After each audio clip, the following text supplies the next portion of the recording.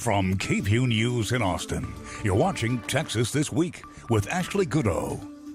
Good Sunday morning. It has been a contentious week in the Lone Star State. School districts, cities, and counties are bucking against the governor, and the Speaker of the Texas House is calling in law enforcement to get the Democrats back to the Capitol. Let's get to the three things you need to know in Texas politics.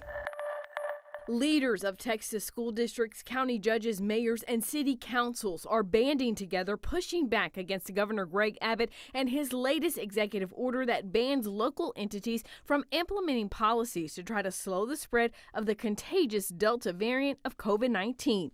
Despite the governor's order, the largest counties in Texas are requiring face masks in schools as the number of COVID cases, hospitalizations, and patients in ICU soar. Governor Abbott and Attorney General Ken Paxton are vowing to fight the mandates, but the local leaders are not backing down. The Texas Supreme Court issued its opinion on Governor Greg Abbott's veto that cut all funding to the legislative branch of government. The all-Republican justices did not overturn the action as Democrats and some legislative staffers asked, but rather declined to settle the dispute. Let's recap the dispute. Governor Abbott defunded the legislature after the House Democrats broke quorum on the last day to pass bills of the regular session, killing two of his priority bills. Many say the veto was a strategic move by the governor to keep the Democrats in Austin for a special session to pass his priority bills. But that didn't work. The Democrats went to D.C. to lobby for federal voting rights legislation and asked the Texas Supreme Court to weigh in on the veto before funding for 2,100 state employees runs out on September 1st. The governor then called a second special session and, along with the Lieutenant Governor Dan Patrick and Speaker of the House Dade Phelan, extended funding for the staffers until the end of September. The justices say this dispute has become a fight between the members of one branch of government, not between the branches themselves.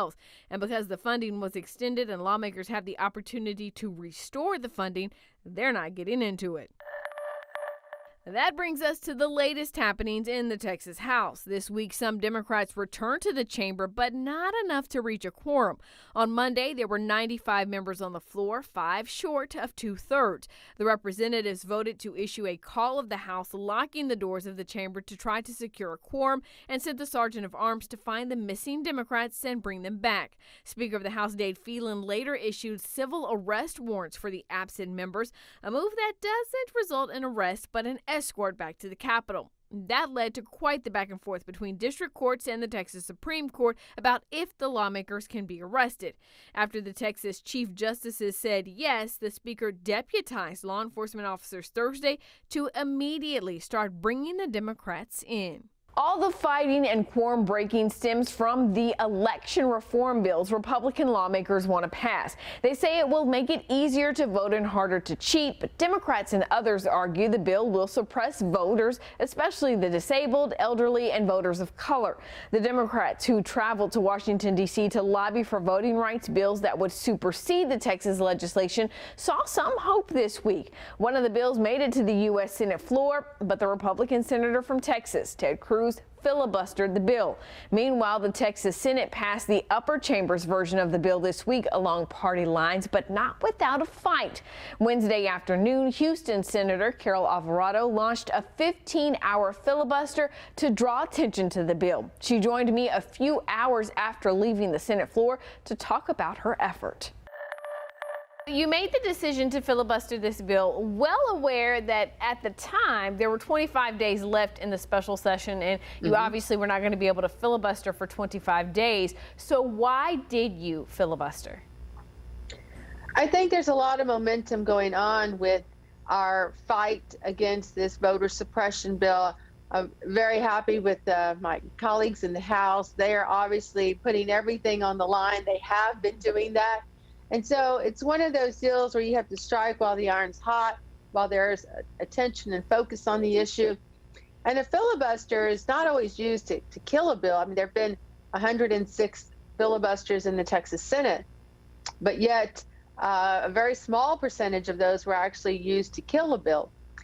Filibusters are also used to put the brakes on an issue and shine a light on the bill, and that's what we wanted to do, was to shine a very big light, a nationwide spotlight on the bill and point out some of the things that we feel are harmful to the people that are disabled, to our senior citizens, and to our Latinos, African Americans, and Asian communities. You know, I want you to talk to us about how you prepared both mentally and physically to filibuster, because it takes a lot of endurance. It does, and thank goodness that I'm in pretty decent shape. I think having good stamina is key. So being healthy and being in shape, that also helps. But you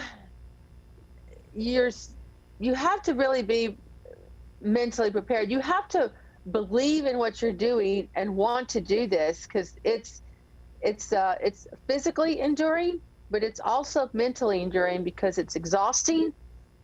During the hours of maybe 2 to 6 a.m. were tough, because there's nobody with the pandemic. People aren't really coming to the Capitol. When Wendy Davis did hers, there was a gallery full of people and a lot of momentum. And this was done late at night, wee hours of the morning, with really very few people in the gallery. So you're not going off of the momentum that's there. But the momentum that I was feeling were the emails and messages that we were getting on social media, because we asked people to look at the bill and send us their stories, how the bill would impact them and their families.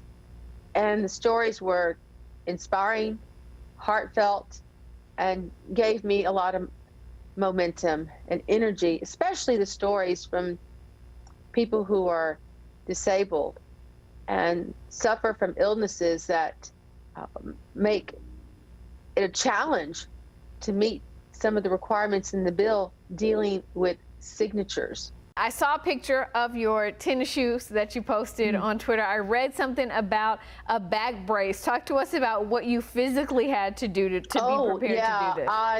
I had a back brace, which is something I recall Wendy Davis having.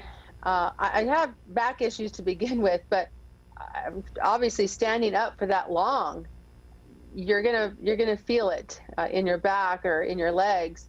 And I recall that they dinged her. You get, after the second ding, I think you have to stop, or maybe I think you get three strikes, like baseball. But she had somebody helping her put the brace on, and that counted as a strike against her. So I had mine out and handy, and I knew the only time I could get it on is when a colleague was asking questions. So I had that. And of course, you can't go to the bathroom, you can't drink water, you can't lean on your desk, lean on your chair. So, having a catheter device, that is definitely a necessity, because you can't go that long without it. Yeah. I want to ask you, was there a point before 8:55 Thursday morning that you thought about stopping? And if so, what kept you going? You didn't even think about stopping? No.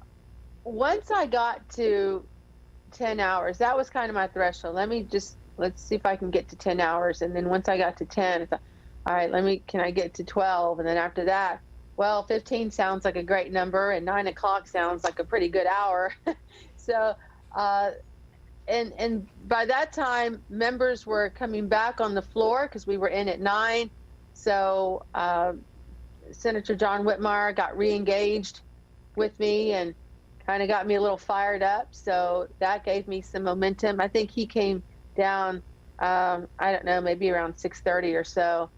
And just knowing that our message was getting out there, that people were really paying attention to the details of this bill. And that's the beauty of the filibuster, is all you have is time. So you've got to find some things to read, to talk about. And at several times, specifically with Senator Gutierrez and Senator Eckhart, we really went through page by page, line by line of the bill, and dissected it, and kind of got reacquainted with the bill and picked up a few things that maybe we didn't see before. But the issues that seniors and the disabled will face if this bill passes are what motivated me most. And then the issue with the poll watchers, partisan poll watchers that are empowered, that give them a lot of flexibility to do things that they would otherwise not have. And I think it makes for a potentially confrontational environment at the polling place. I think it adds pressure to our election officials that are there on the ground, greeting the voters and processing them when they come in. It gives a lot of power to poll watchers. The bill passed Thursday morning. This is the fourth time this bill has passed out of the Senate. The governor has said he will call special session after special session until this becomes law. How are you going to keep fighting this? Well, we will continue to talk about the provisions that we think suppress people's right to vote. And we know that we'll also end up in court, as many things do when it comes to elections and voting and redistricting in Texas. It's nothing new. We'll be at it again. And we also want to send a message to other states, other legislative bodies that are facing the same challenges, that you don't just have to roll over and take it. You can use every resource you have to fight it. And in that fight, what you're doing are educating the voters. And voters will remember this come 2022 elections. So, you know, it's summer, but we hope that through these efforts, people will take a second look at this bill and be able to realize the impacts that it will have. And now the last word. Is it just me, or does it feel like the state is on fire? We are in the middle of a third surge of COVID-19, a deadly virus that has claimed the lives, at the time of me speaking, 52,931 Texans. That's, of course, according to the state. The number of new cases and hospitalizations is increasing, and our children, those who can't get vaccinated, are not only contracting COVID, but RSV. Pediatric hospitals and all other hospitals, for that matter, are running out of room, and yet the kids are heading back to the classroom. Many districts saying they just don't have the money to offer virtual learning, as Texas lets $10.5 billion of federal COVID relief dollars just sit there. As the pandemic rages, our lawmakers can't get any bills to the governor's desk because they are too busy fighting about elections. This after the now former Republican Secretary of State said the last election was safe, smooth, and secure. As the wise Ross Ramsey of the Texas Tribune pointed out, if this were a hurricane, elected officials would not be fighting. All of this is happening, and the governor is quite literally posting pictures from a campaign event playing a fiddle. On Friday, KVUE senior reporter Tony Plahesky revealed hospital administrators from across Texas pleaded with the state to help find doctors and nurses to staff the hospitals and ICUs that are overwhelmed with patients like they did during the first surge, and were told no. I know firsthand the power of Texans helping Texans. We have come together to help each other get through the most difficult of circumstances, putting aside all of the things that divide us, politics included, to do what is right. We need to do that again now, because whether you can see it or not, believe it or not, the numbers don't lie. We are facing another disaster, one that will claim the lives of more of our neighbors before it's all said and done. I know you're tired. I am too. But let's muster up a little more kindness, a little more resolve, and a lot more grace to do what we can to protect each other. And maybe, just maybe, our elected officials will follow our example. That's the last word. And this has been Texas This Week.